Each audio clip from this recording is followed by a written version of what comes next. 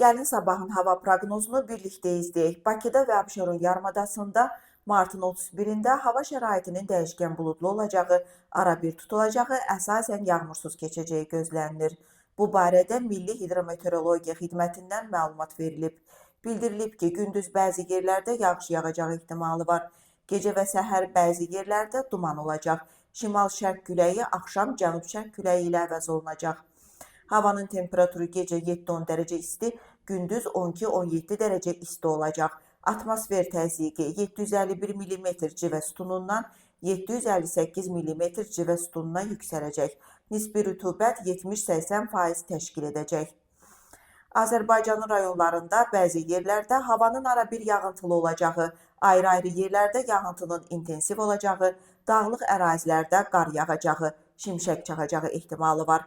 Axşam əksər rayonlarda tədricən kəsiləcək. Bəzi yerlərdə arabir duman olacaq. Qərb küləyi ayrı-ayrı yerlərdə arabir güclənəcək.